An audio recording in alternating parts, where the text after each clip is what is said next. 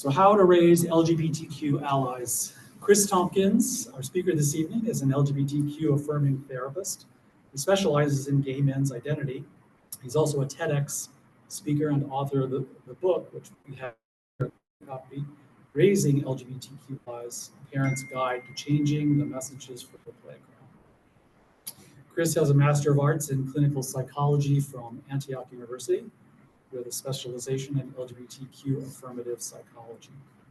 Most importantly, Chris is an uncle of 5 and believes the privilege of a lifetime is being able to affirm all children for who they are. So with that, I'll turn it over to you, Chris. It's really good to be here with you this evening. Thank you, Frank, for reaching out and asking me to be here. I've been a part of PFLAG Los Angeles for about 10 years. I first started out on the Speakers Bureau. I was part of another organization here in Los Angeles called the Youth Advocacy Coalition, and they were looking for someone. At one of our meetings one night, they wanted to see if there was a speaker that could speak at an upcoming high school panel, PFLAG panel. And so I didn't really know about the Speakers Bureau, but these are kind of the things that we do at a Speakers Bureau. And I signed up, and that was kind of the beginning of me really. So much of my book and this journey has been about me being able to share my story and go to schools, go to companies and talk about, have these conversations.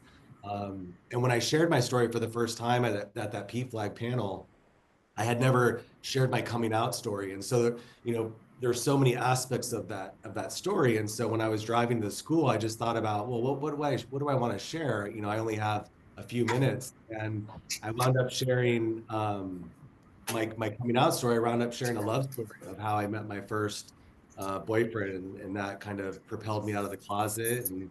And it was such an incredible experience for me, because all of these high school students, they may not have been able to relate to the specificity of me being gay, but they could relate to the things that I described, the butterflies in my stomach, the feelings that I felt, listening to songs on the radio and having that crush, and they all related to that. And so after the panel was done, the kids in high school, they were raising their hands, and a lot of them were asking, are you still together?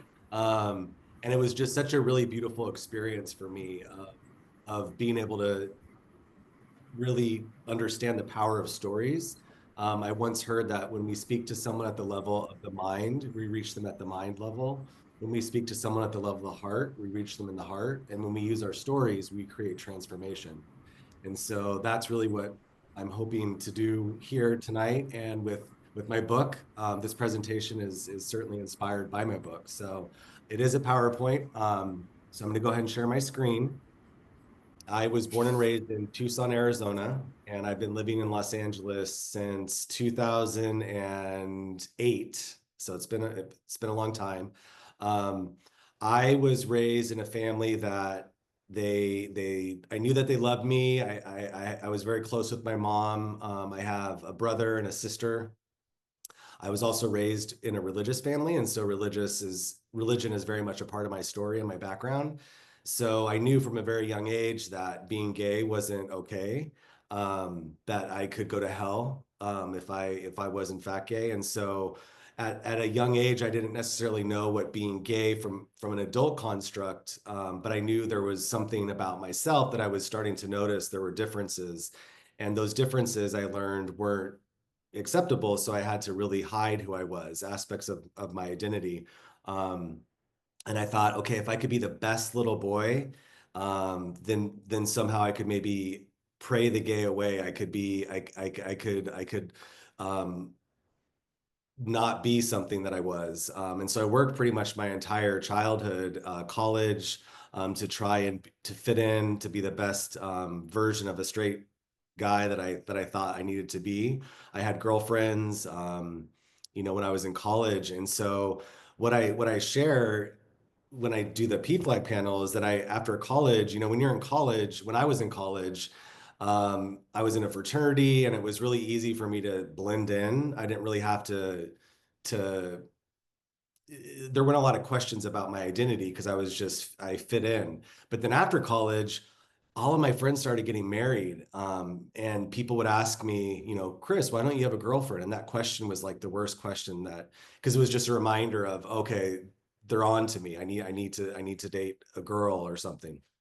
And so I wound up moving to Mexico after I graduated college. And that's when I came out of the closet and met someone, fell in love. And I remember when I was coming out, I was talking to my mom, and I asked her to go to dinner one night, and it was in the middle of the winter, and we were inside of a restaurant, and I thought maybe her reaction, she would get upset, and so I didn't want to be in the middle of the restaurant. So I asked her to go for a walk, and she's like, Chris, it's the middle of winter, it's freezing outside. And I'm like, oh, well, can we go to your car? And so we're in her car, I'm in the passenger seat, and um, I was really nervous, and I was my palms on my knees, and she's like, Chris, you're really starting to scare me. Did you get a girl pregnant? And I was like, oh gosh, no, but I'm gay. And so her response to me was, you know what my religion says, I can love the sinner but hate the sin. And so that just to kind of give you an idea of the family and the background that I came from with regard to their attitudes about LGBTQ matters. And so my family, we did a lot of work, and my mom became my biggest fan. And what brought me out to Los Angeles was I worked for GLAAD, the Gay and Lesbian Alliance Against Defamation. And so I was moving out here to do LGBTQ advocacy in the media. And what was interesting is that I would go home and visit my family in Arizona. And one particular Christmas, I was visiting, and my siblings started to have kids, and so I have five nieces and nephews. And one of my nephews at the time, who was six, at a family function, ran up to me in front of everyone. And I've been out, my family's super supportive. And my nephew ran up to me and he whispered, and his version of whispering was talking out loud. And so he ran up to me and whispered slash talked out loud, Uncle Chris, is she your girlfriend? To a childhood friend that was sitting next to me. And I remember that moment, everyone's response, my uncles, my mom, and I could feel the discomfort, and I kind of started laughing. And children, if I'm sure a lot of you have kids here, when they're young, they have a thought and they're curious, and so they'll ask a question, and they don't necessarily always want the entire answer. But they just have the thought, ask the question, and then my nephew ran off and continued to play. But it was that question, one of the things I often talk to families about is that children's questions are indicators of what they're learning. And so my nephew's question was an indicator of what he's learning about relationships and people. And so I started to wonder, well, gosh, I guess I thought that he would have known I was gay. I thought that maybe my sister had already had that conversation. So that propelled me on a path of asking family members whether or not they've talked to their kids. And most of the responses were, oh, I've thought about it, but I don't know what to say, or kids are too young to understand. And so I started to think about, well, gosh, in my family right now, I have a big family. I come from a big family, and I have cousins with kids. And I started to think, well, right now, statistically speaking, there's an LGBTQ kid in our family. And if we're not talking about it, then we're perpetuating the closet, which is what I grew up with. And that is a proponent for shame. And so I wanted to prevent that from being the experience for anyone in my family that could be LGBTQ. At the very least, they're going to have friends who are. And so how can we create acceptance from a young age? And so I wrote my family a letter. And then that letter turned into an article that was published on the Huffington Post. It turned into a TEDx talk, and then the book that Raising LGBTQ Allies, that has now been published in Spanish and Vietnamese last year. And my why is really, my purpose is to empower families and communities to challenge messages from the playground, which I'm going to talk about more. The subtitle of my book is A Parent's Guide to Changing the Messages from the Playground. which again, I'll talk about more. It's kind of the core message of my book, Messages from the Playground, to shine a light on our blind spots, because we all have them. Here I was out moving to Los Angeles to work for this large LGBTQ organization, and yet I realized I had a role in my family about how they were the conversations that, because I didn't have a boyfriend at the time, so I wasn't bringing anyone home. So what was I doing to sort of proactively encourage conversations? And so to encourage open and honest conversations, to increase knowledge around the nuances of heteronormativity, homophobia, and transphobia, rather misguided beliefs. Oftentimes in my work as a clinician, we use what's called the DSM. Maybe some of you have heard of it, the DSM-5. It's what people use to diagnose mental health conditions. And phobia is an actual diagnosable condition. It's one of the anxiety conditions. And you have to meet all criteria in order to be diagnosed with a phobia. And phobias exist. People have phobias.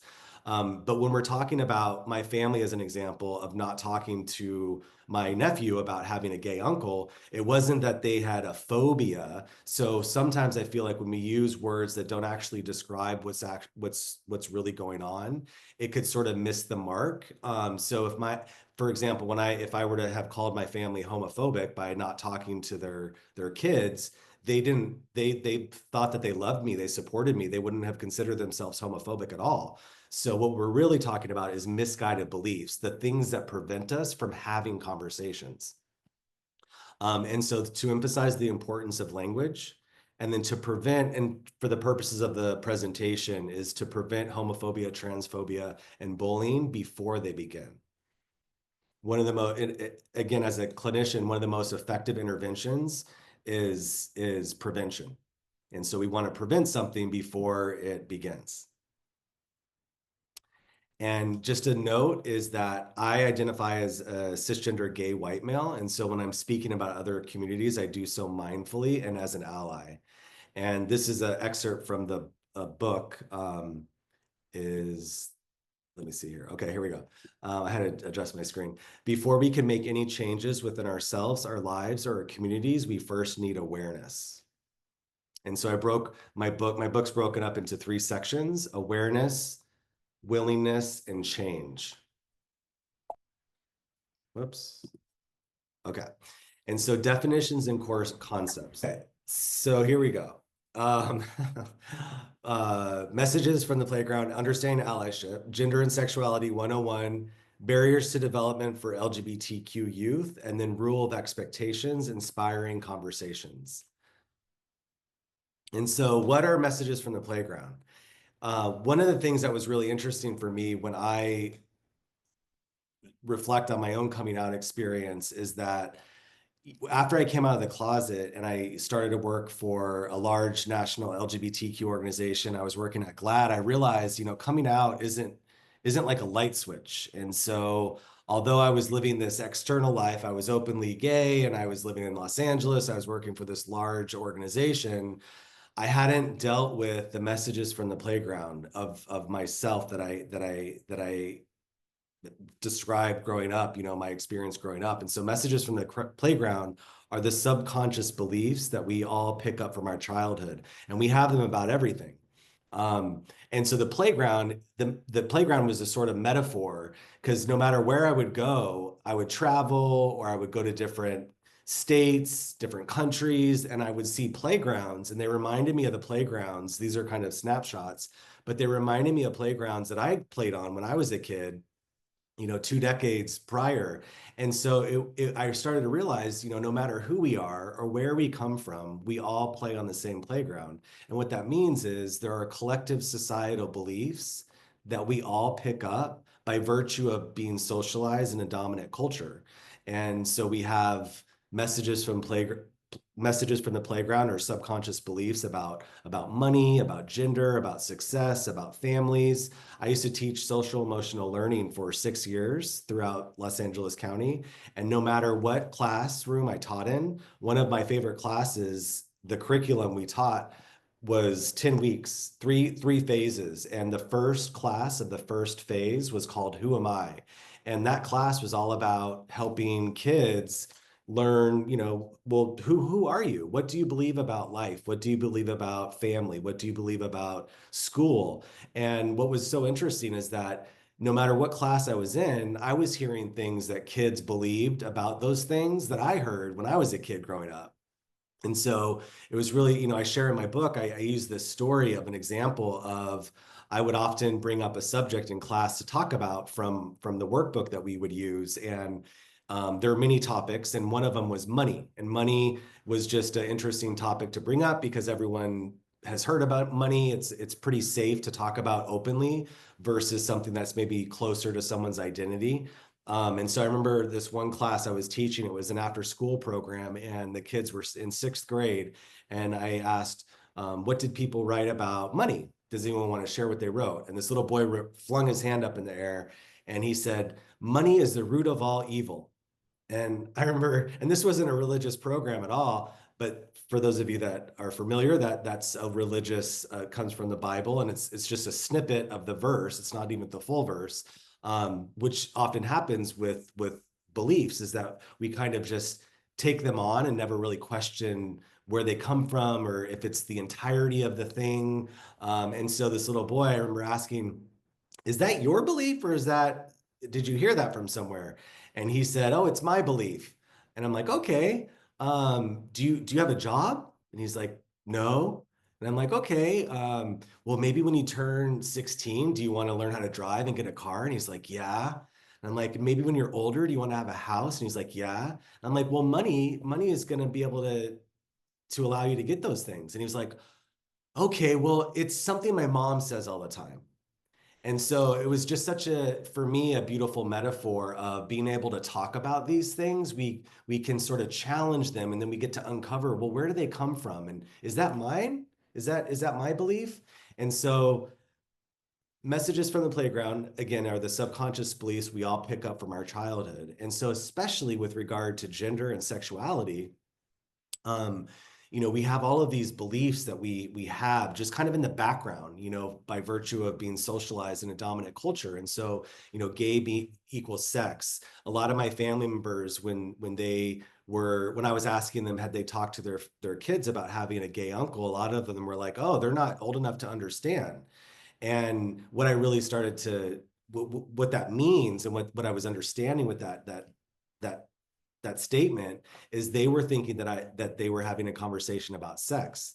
And then what do they believe about, being gay? And there are all these misguided beliefs. And so messages from the playground as it relates to gender and sexuality is there are all these misguided beliefs that people have. And one of the things I often emphasize with this presentation, or even with my book, is that it's centering children's experiences. And so there's a big difference between my adult construct of being gay and a child's construct of their identity development formation. They may not know the terms, but they know they're coming into contact with themselves, and they're starting to locate themselves in the world. And so words like gay, they may not understand, but we sort of have associations based off of the dominant societal beliefs that are around. And so part of our work as caregivers, as parents, as an uncle myself, is to understand, well, what are my messages from the playground? And so, right now, as you're listening to this presentation, this is a good opportunity to kind of pause and, what are my messages from the playground? What are my subconscious beliefs? Subconscious is that they're under the conscious. And so once we bring something into our awareness, we can't become unaware. And so the purposes of having these conversations is to shine a light and to become aware of our subconscious beliefs, to make them conscious. Because then once they're conscious, we can actively take action to challenge them, to change them. And so I actually have a guide that I'll use in some of my presentations in person, where I'll invite, if you could see the outline, for people to write, what are your messages from the playground? And what's interesting with this exercise is that wherever I find, when I'm working with youth and they write their specific, what are the messages, the more salient a message is to someone's identity, they'll put it inside the figure. And that's just kind of an interesting thing as far as when something's more deeply when it's more salient. So for myself, as an example, growing up religious, I believed something that was really salient for me was that I could go to hell for being gay. And so that was a real salient thing for me that I really had to unravel and sort of challenge as like I said, this light switch didn't just go off when I moved out to LA and started working for this large national LGBTQ organization. I had to do the deeper work. And so just kind of going back to the core concept is gender and sexuality 101. And so sexual orientation, and some of you might be very aware, some of this may be newer information, but sexual orientation is how we feel romantically, emotionally, and or sexually about another person. So what makes our heart skip a beat, our palms sweat, or our cheeks blush? And so when I was, for example, sharing my coming out story, and I described like meeting someone and my heart was racing really hard. At the time I thought I was having a heart attack because it was the first time that happened to me, and I'm like, am I having a panic attack? What's happening? And so it was really neat to see the kids relate to that because they could relate to having a crush, their palms getting sweaty when they're talking to someone. Our gender identity refers to a person's inner sense of being female, male, or a particular mixture of both or neither. Gender expression is the external manifestation of a person's gender identity. So the dress, the clothes that we wear, physical characteristics, etc. And gender is personal and sexual orientation is interpersonal, so between others, whereas gender is personal to the person. Gender identity comes before sexual orientation.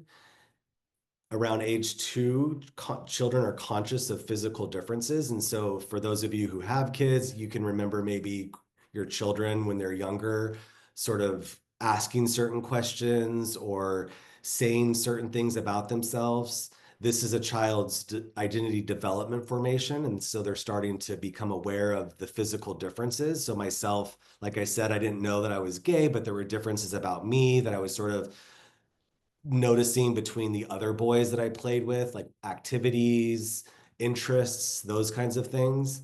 Before a child's 3rd birthday, most children can label themselves as boy or girl. So you'll often see, I'm a boy, I'm a girl. Age 4, most children have a stable sense of their gender identity.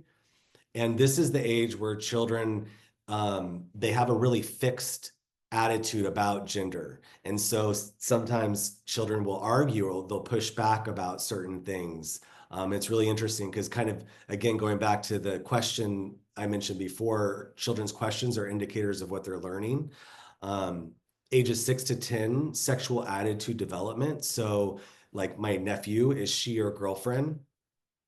I used to live next door to a preschool, and I share about this again as another example, but I used to have long hair and I used to wear my hair up in a bun. And I remember one day I was going to my car, and I actually was going to go speak on a PFLAG panel, and I was walking to my car, and this little girl from the preschool, they were all playing in the front, and she ran up to the fence and she yelled, "Hi." And I said, "Hi." She asked me, "What's your name?" And I told her my name, and she introduced herself, and she looked at me with her head tilted and she said, "Are you a boy?"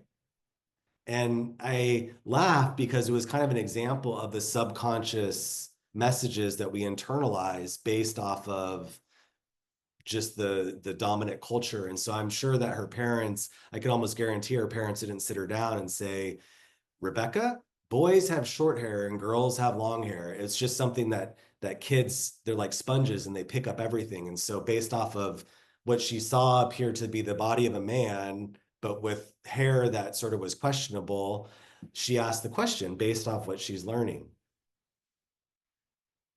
And so I love this tool. Maybe some of you have seen it. It's the Gender Unicorn.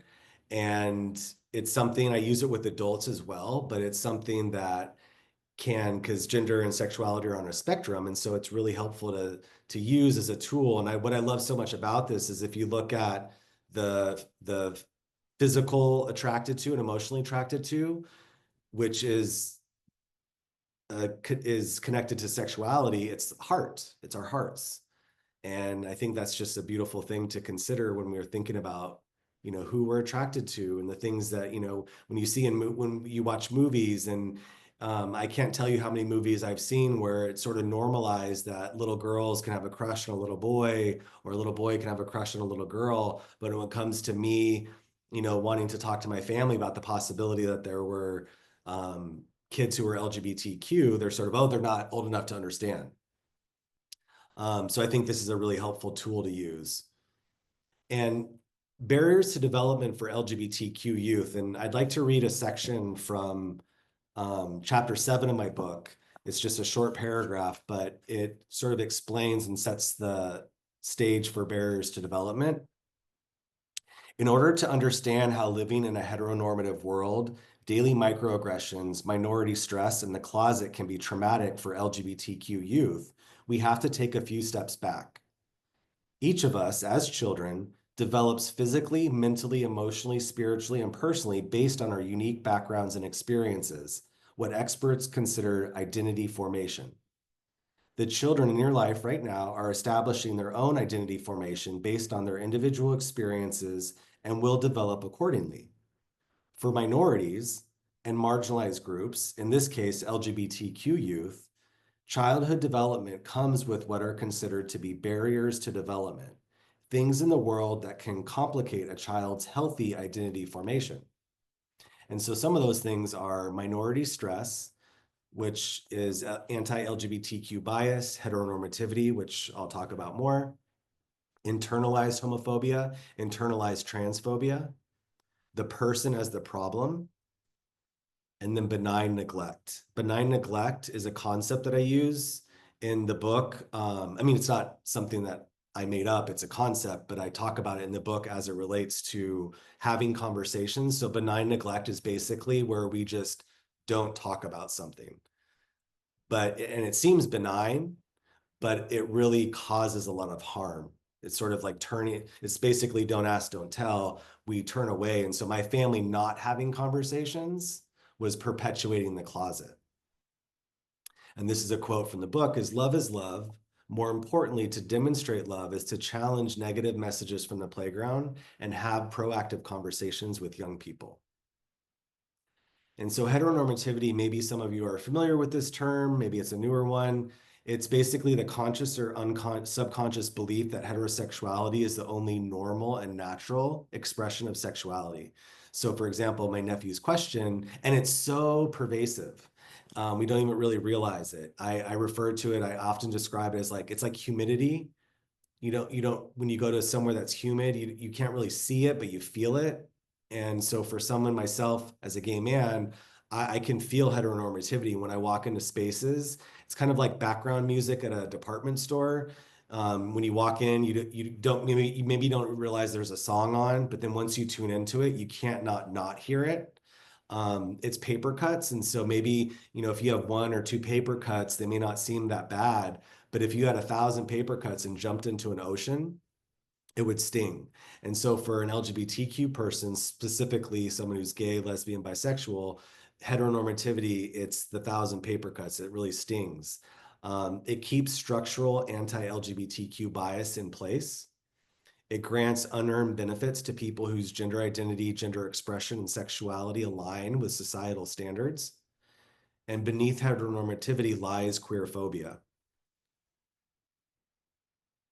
And so kind of to give you an example, when I was looking for a type of slide for this presentation, I was searching families, and this was an example of the slides that were given to me for families. So it kind of shows just a very heteronormative construct of a family. But if you see those thousands, we're bombarded with messages, marketing, television, billboards, all the time, every day throughout our lives, then it makes an impact. Person as the problem, this is really important. So this actually was sent to me by a friend of mine when I was working on my book. And it's from a lovely organization, an affirming LGBTQ organization. And if you read the ad, it says, if your parents aren't accepting of your identity, I'm your mom now. Drink some water, take your meds, make sure you eat. I love you. And it seems like a really nice, like, oh, that's so nice. My friend sent me that and he was like, take your meds. Why take your meds? Medication you take for treating something, whereas taking your vitamins is to stay healthy. And so these little nuances is where it's the person as the problem, and our subconscious mind absorbs everything. And so it's really important just to kind of be able to identify the ways in which we associate an LGBTQ person as the problem. And so oftentimes when I work with gay men in my practice, I can't tell you how many times I hear someone say, "Oh, well, I was bullied because I was gay." And I often will make a point to reframe that and say, you weren't bullied because you were gay. You were bullied because someone had misguided beliefs. And it wasn't you weren't bullied because you were gay. And so it's kind of shifting the onus off of the person and putting it on to the person who has the misguided beliefs and the choices that they make. And that's a really important, especially for youth, is to switch the focus. And barriers to development. So what does that do? How does that affect and impact LGBTQ youth? And so this is from the Trevor Project, but um, drug and alcohol use is higher among LGBTQ youth and LGBTQ populations. And oftentimes when I talk about that substance use in the LGBTQ population, it can be, there's a lot of stigma around it. And a lot of people, in my experience, and don't want to maybe talk about it, but it's important to understand that people use substances to anesthetize pain. And so substance use, increased rates of substance use is from trauma. And so a lot of the increase of substance use, again, this is like shifting the focus of the person as the problem. And so barriers to development for LGBTQ youth, substance use is is a big one. Mental health issues, challenges, and suicidal ideation, internalized homophobia, internalized transphobia. Some other barriers to development is bullying, little or no family support, lack of support by teachers, school administrators, physical harm, being threatened with conversion therapy or religious harm, identity not validated, the person's identity not being validated. It's a phase, or it's who they are isn't validated, and we all know that children they want to be seen and known. The good news, and which is so amazing, PFLAG, I love so much. I write about it in my book. It's one of the places I send a lot of my clients, family members, my mom, for example. But the good news is that protective factors make a difference. And so protective factors are exactly what PFLAG is. PFLAG families, the support groups that you offer, one positive role model adult in a person's life can make all the difference. And protective factors absolutely matter. So as much as there are barriers to development, protective factors also make a huge difference to combat those barriers to development, which is why PFLAG is so important and the work that you all do. And 7 tips for parents and caregivers. So as we kind of wrap up, the 7 tips that I offer is allyship begins within. It begins within. It begins within each of our lives, exploring our own messages from the playground, deconstructing our own misguided beliefs, our subconscious beliefs, the things that we've learned, to shine a light on our blind spots. We teach through our demonstration. I believe we're all teachers as parents, as adults, and we teach through our demonstration. And so I often encourage families to consider the gender roles, the activities that they do at home. Who cooks, who does the chores. In my family, it's interesting, my brother and sister-in-law, they have a boy and a girl. I have a niece and nephew, and I often challenge them because they they're raising their kids in very traditional kind of heteronormative constructs. And so my nephew's the one who picks up the dog poop, and my niece is the one who does the dishes. And so I often encourage them to just challenge the gender roles that they're perpetuating with their children.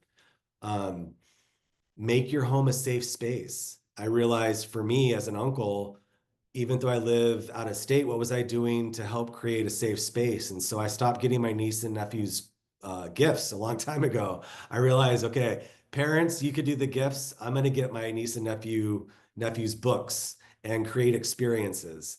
And so I often, books are a huge thing. Having books, even books at home, just to show a child that it sends a message. It's a big deal. I remember when I was first going to a program that before I went to grad school, I was studying at the Seattle School of Theology and Psychology. And so, knowing that it was the Seattle School of Theology and Psychology, there was a little nervousness that I had because of my religious trauma background. And I remember I walked into one of the rooms and the person had the gender, one of the educators had a table of materials and there was the gender unicorn brochure cards. And even seeing that for me allowed my nervous system just to settle and realize, oh, this is a safe space. So it makes all the difference. Affirm identities versus making youth hyper vigilant about differences. I think this is really important to be able to affirm identities versus making youth hyper vigilant. When I was talking to my nieces and nephews, it wasn't about making them hyper vigilant.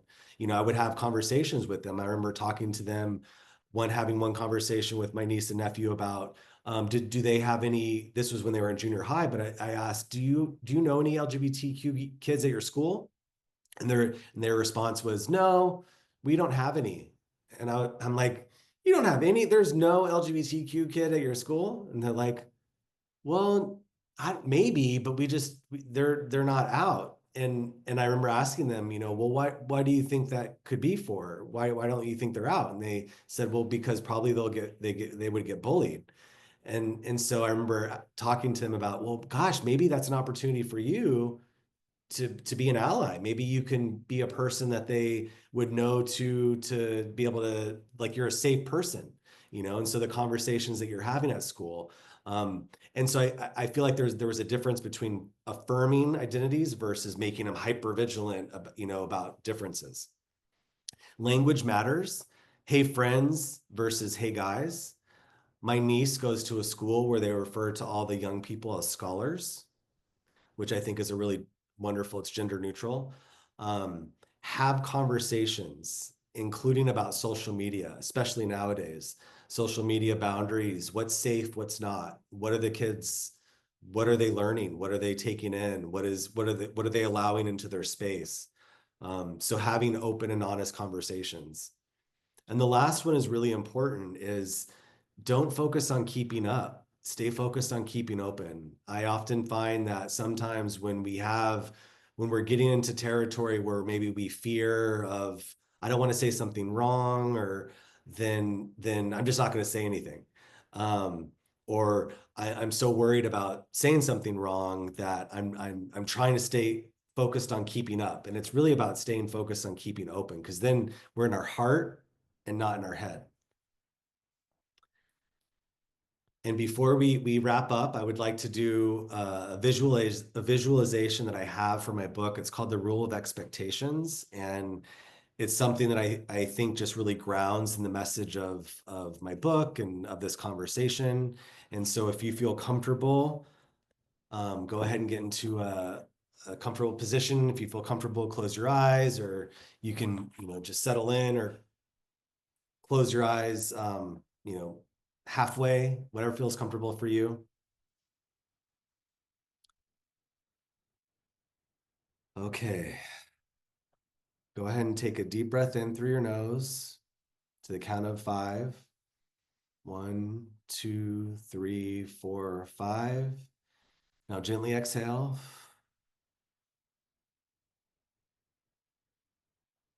As we settle into this space, go ahead and see in your mind's eye a classroom full of students. Maybe it's one of the classrooms you were in as a young person. As you look around, You see all the students talking to one another and smiling. You notice the room feels light and free. Everyone is in a good mood. The sunlight is bright and shines through a big window.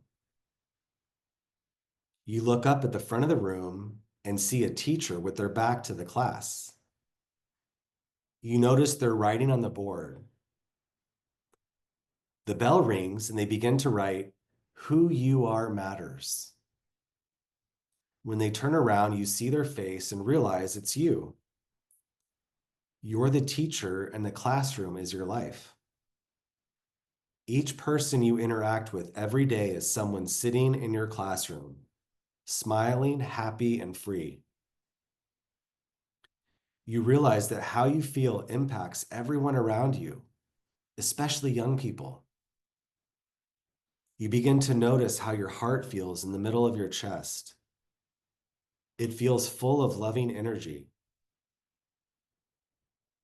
You remember how good it feels to be able to share something positive with someone, and so you begin to smile at each person in the classroom. You see youth of all backgrounds standing in a big circle in the middle of the classroom holding hands. You see their faces and notice the warmth of their smiles. You see them achieving their dreams. You see them laughing. You see them capable. You see them free. You see them enjoying life. You see them making a positive contribution to the planet. You hold each student's smiling face in your heart and you look them in their eyes and say, "Who you are matters. Your life matters. You have potential and are capable of achieving anything your heart desires. You deserve to be happy, healthy, and free. May you be blessed and may you know peace." Because you know this for each student in your classroom, you know this for all youth around the world. You hold a vision in your mind's eye of a planet full of playgrounds where all children are laughing and free. So you now carry this vision with you everywhere you go. And so it is. Okay, go ahead and come back to the room. Thank you for participating in that. And before we end, one final note is this isn't a one-size-fits-all conversation. And it's not a one-time conversation. Don't let the fear of what to say prevent you from saying anything at all. And again, this is really about centering children's experiences. And the privilege of a lifetime is being able to affirm all children for who they are. So thank you so much.